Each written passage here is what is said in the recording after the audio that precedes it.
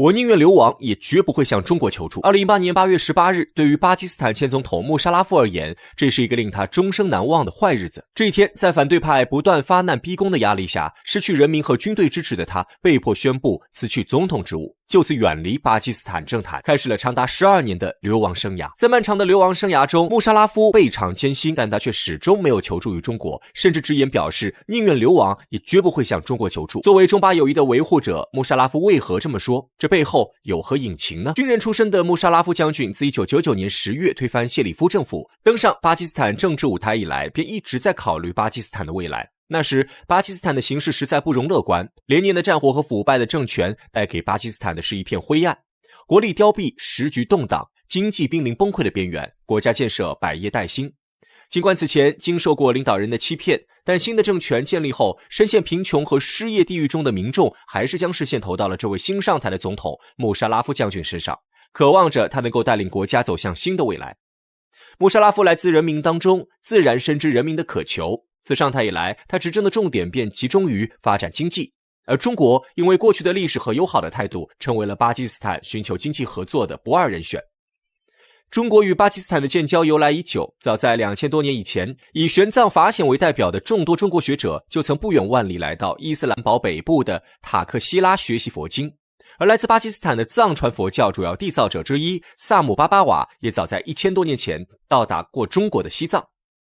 进入新时代，中国与巴基斯坦的交流并没有就此中断，而是在进一步发展，正如1000年前的丝绸之路在今天的世界上重生一般。自1951年5月21日，中国与巴基斯坦两国正式建交以来，高层领导人之间的交往一直很频繁，在各个领域的互惠合作关系不断发展。在穆沙拉夫上台之后，双方的关系又被推到了一个新的高度。从21世纪开始，中巴之间签订了一系列的合作条约，通过合作推动双方经济的共同发展。双方的合作涉及多个领域，包括经贸、能源等，总体投入数量更是相当庞大。2004年，中国与巴基斯坦的双边贸易额为 30.6 亿美元，到2005年已达到 42.6 亿美元。随着双方合作的逐步深入，巴基斯坦的经济也在快速发展着。2005年，巴基斯坦的 GDP 增长率高达 8.4%， 仅次于中国，成为当年亚洲经济增长最快的国家之一。尽管在2005年至2006年，巴基斯坦遇到了严重的自然灾害问题，自身经济状况受到一定损害，但面对他们的窘境，中国政府积极并及时地提供了援助，共同应对重大自然灾害。为此，尽管当时巴基斯坦面对着天灾人祸，但经济仍在较快增长。纵观巴基斯坦的历史，我们会发现，穆沙拉夫执政时期正是几十年来巴基斯坦经济发展状况最好的时期。这其中，除了穆沙拉夫本人的优秀领导之外，更离不开中国的鼎力相助。因此，对于穆沙拉夫政府以及巴基斯坦人民来说，中国毫无疑问是真诚可信赖的朋友。在同我国加强合作，大力发展国内经济的同时，穆沙拉夫也没有遗漏掉其国内不安的现实。巴基斯坦的恐怖主义活动一直以来都很严重，穆沙拉夫上台之后，短时间内情况并没有发生好转，各种暗杀、绑架、爆炸等事件仍在持续不断的发生。纵然有着军队的存在，但民众的安全仍然得不到保障，这为穆沙拉夫增添了沉重的压力。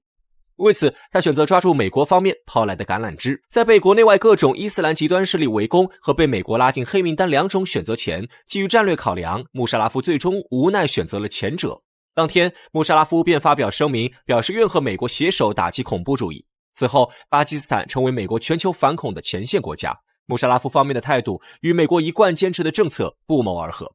一方面，巴基斯坦是无可否认的伊斯兰大国和有核国家，在国际上的战略地位相当重要。一方面，美国确实迫切需要有人来维持巴边境地区的稳定，帮助自己打击恐怖主义。自此，巴基斯坦与美国进入蜜月期。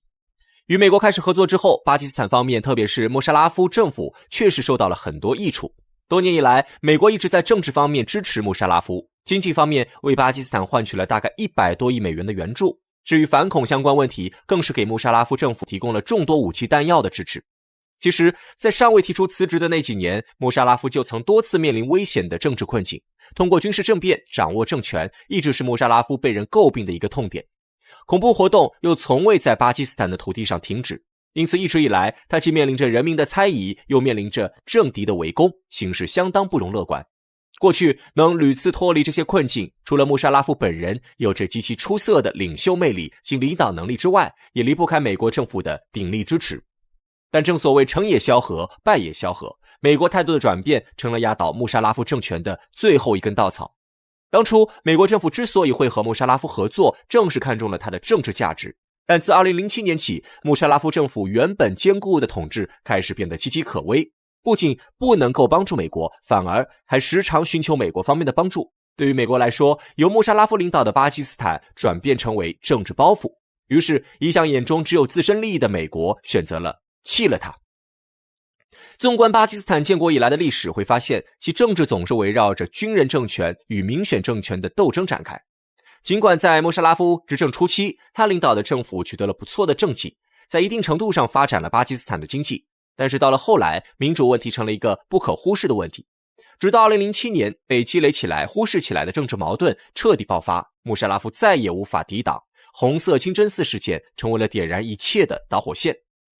为了解决这起事件，巴基斯坦军队并没有顾及到大多数民众的利益，而是直接对伊斯兰实力摊牌，这导致巴基斯坦不得不走向一条动荡不安的政治道路。民众们最为关心的便是自身利益，既然穆沙拉夫领导下的军队罔顾他们的权益，他们也就不会再支持穆沙拉夫。自这起事件之后，穆沙拉夫便陷入了失去民心的困境。但红色清真寺事件并非是一个结束，此后各种自杀式袭击事件层出不穷，甚至在2007年10月19日凌晨，巴基斯坦前总理贝布托的车队都遭到了自杀式爆炸袭击。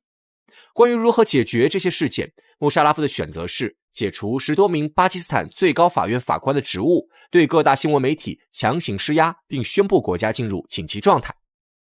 显然，这些措施并没有让巴基斯坦的国内形势得到好转，更激起了民众们的普遍反对。以巴基斯坦中层阶级和精英阶级为首的民众们纷纷展开行动，要求穆沙拉夫下台。失去了民心，穆沙拉夫在军队中的地位也没有保住。巴基斯坦军队出于一些方面的考虑，选择与穆沙拉夫拉开距离，保持中立。穆沙拉夫多次寻求军队的支持，但未得到回应，这直接导致穆沙拉夫处于不利地位。上面提到，随着穆沙拉夫在国内地位的不保，美国方面也开始重新考虑新和穆沙拉夫政府的关系。最终，美国高层做出抛弃穆沙拉夫的决定，不再给他提供政治支持。2008年8月18日，穆沙拉夫向全国人民发表电视讲话，宣布自己正式辞职。从此，巴基斯坦又进入了新一轮的政治博弈，而属于穆沙拉夫的时代就此结束。退出政治舞台后，穆沙拉夫便陷入了窘境之中。一方面，巴基斯坦国内的政体早就对他虎视眈眈，反对派生怕他再次拿起权柄展开攻击。另一方面，美国政府仍贪图穆沙拉夫身上剩余的政治价值，一直没有放弃对他的追踪。最终，没得选的穆沙拉夫被迫流亡海外。有人想起他曾与中国保持密切合作，询问他为何不前往中国寻求帮助。面对这样的询问，穆沙拉夫总是会神情严肃地回答说：“我宁愿流亡，也绝不会向中国求助。”这并非是因为穆沙拉夫对中国心怀不满，也并非是中国不愿意提供帮助，而是因为穆沙拉夫明白，在这样的情况下贸然向中国求助，只会拖累中国，拖累这位曾经的好朋友。中国是巴基斯坦重要的陆上邻国，无论国际风云和巴基斯坦国内政局如何变化，中巴之间的战略合作关系依旧一如既往的牢固，相互支持，相互帮助。但倘若流亡中的穆沙拉夫向中国求助并得到回应，那么巴基斯坦国内的极端势力以及美国政府势必不会保持沉默。作为中巴友谊的维护者，这是穆沙拉夫不愿看到的。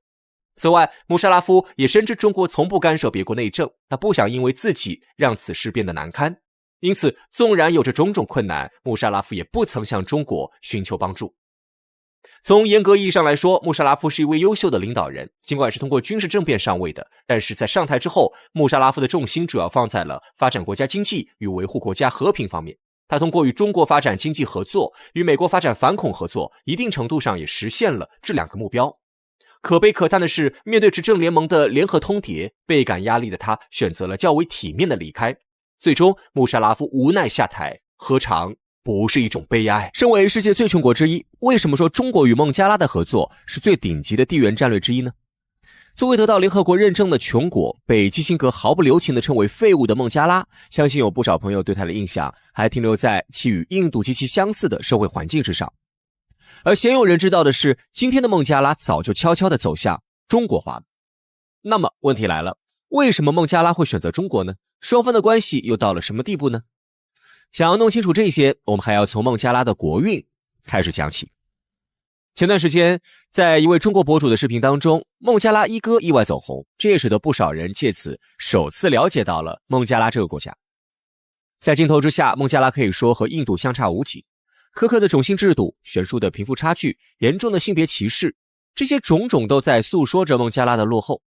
不过，有一点孟加拉确实和印度并不一样，那就是绝大多数的孟加拉人都对未来怀揣着希望，对于富强自己的国家抱有强烈的愿望。而一个国家的人民往往是一个国家性格最真实的写照，这也是为什么孟加拉会选择向中国靠拢最重要的原因所在。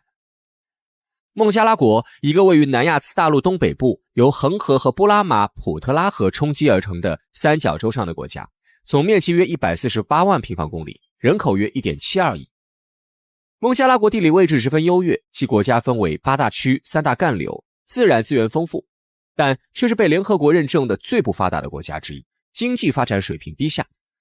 显然，对孟加拉国来说，原有的社会模式是很难让其翻身的，因此很多人会觉得孟加拉的未来在于中国。为什么会是中国呢？这主要有2方面原因。一方面，中国和孟加拉一样，曾经也是从穷国演变过来的。在过去的40多年当中，中国改革开放取得的成就举世瞩目，而积累的丰富发展经验正是今天渴望摆脱贫困的孟加拉最迫切需求的东西。而另一方面，中国和孟加拉之间的合作还存在着很多隐性的互补点，例如孟加拉的矿业、农业就能够为中国提供原料，而中国先进的科技又可以反过来帮助孟加拉快速地完成现代化。因此，基于以上这2点因素，中国这位老师便成为了孟加拉脱贫致富的不二之选。事实证明，孟加拉国的选择是正确的。在过去的几年之中，孟加拉拥抱中国已显成效，中国已经成为了孟加拉的最大海外投资国，有超过670家中国企业在孟加拉承建了大量的基础设施。这不仅为孟加拉创造了许多发展机会和就业岗位，而且还深深地改变了当地人的生活。最典型的例子便是由中国在2022年修建完成的帕德玛大桥。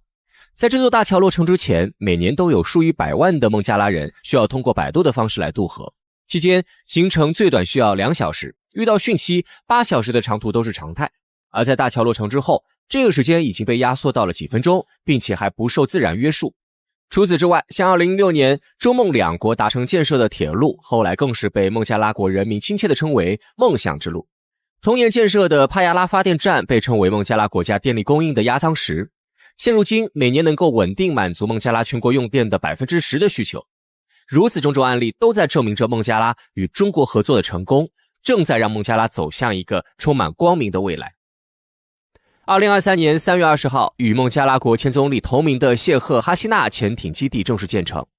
在当天的入列仪式上，除了兴高采烈的孟加拉官员以外，许多一闪而过的中国身影格外引人注意。而之所以会出现这一幕，还要从头说起。1971年，在印度政府的支持之下，孟加拉成功打赢了独立战争，这也使得2国自然而然地形成了一种特殊的关系。不过，这种关系并不像我们想象中的那么亲密。由于在地理位置上，印度对孟加拉国实现了3面包围，这使得后者在贸易、水资源分配等领域一直高度依赖于前者。而问题的关键就出在这里。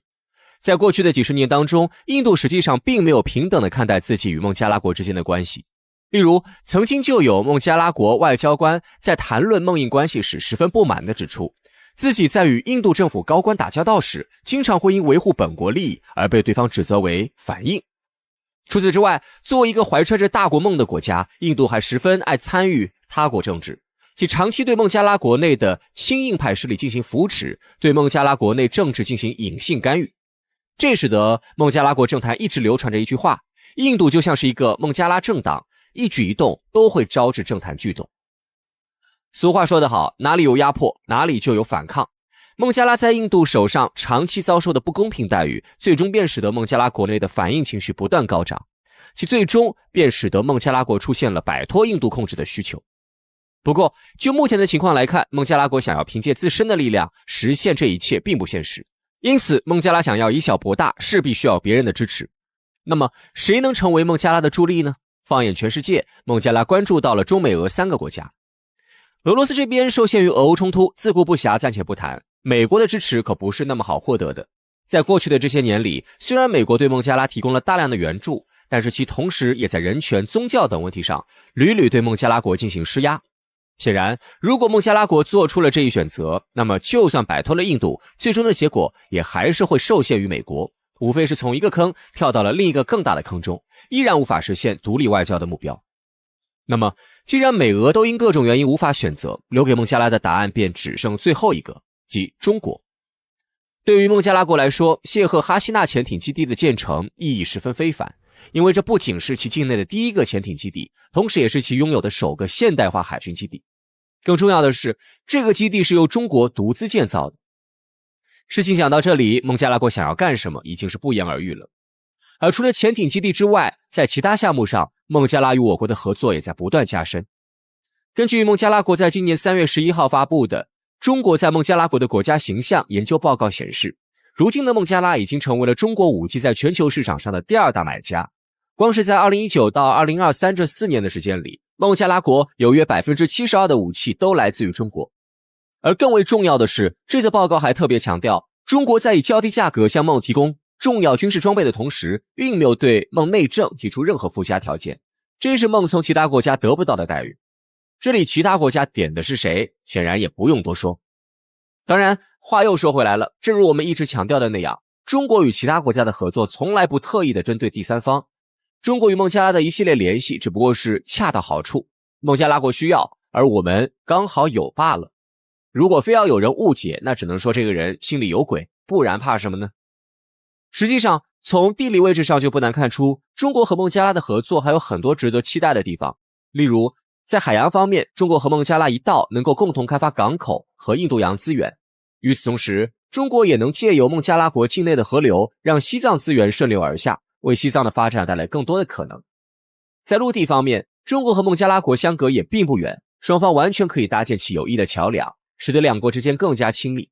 而一旦中国能够和孟加拉国达成连接，那么藏南地区难以开发的问题也就迎刃而解。